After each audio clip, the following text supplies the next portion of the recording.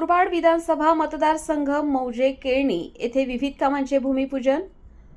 दिनांक 15 मार्च 2026 रोजी मुरबाड विधानसभा मतदारसंघाचे कार्यसम्राट आमदार किसनजी कथोरे साहेब यांच्या मार्गदर्शनाखाली मौजे केळणी सरपंच राजेश पंढरीनाथ भोईर यांच्या प्रयत्नाने सभामंडप बांधकाम तसेच आदिवासी वस्तीतील सिमेंट कॉन्क्रीट रस्ता बांधकाम या विकास कामांचे भूमिपूजन सोहळा दिनेशदादा कथोरे यांच्या हस्ते उत्साहात संपन्न झाला.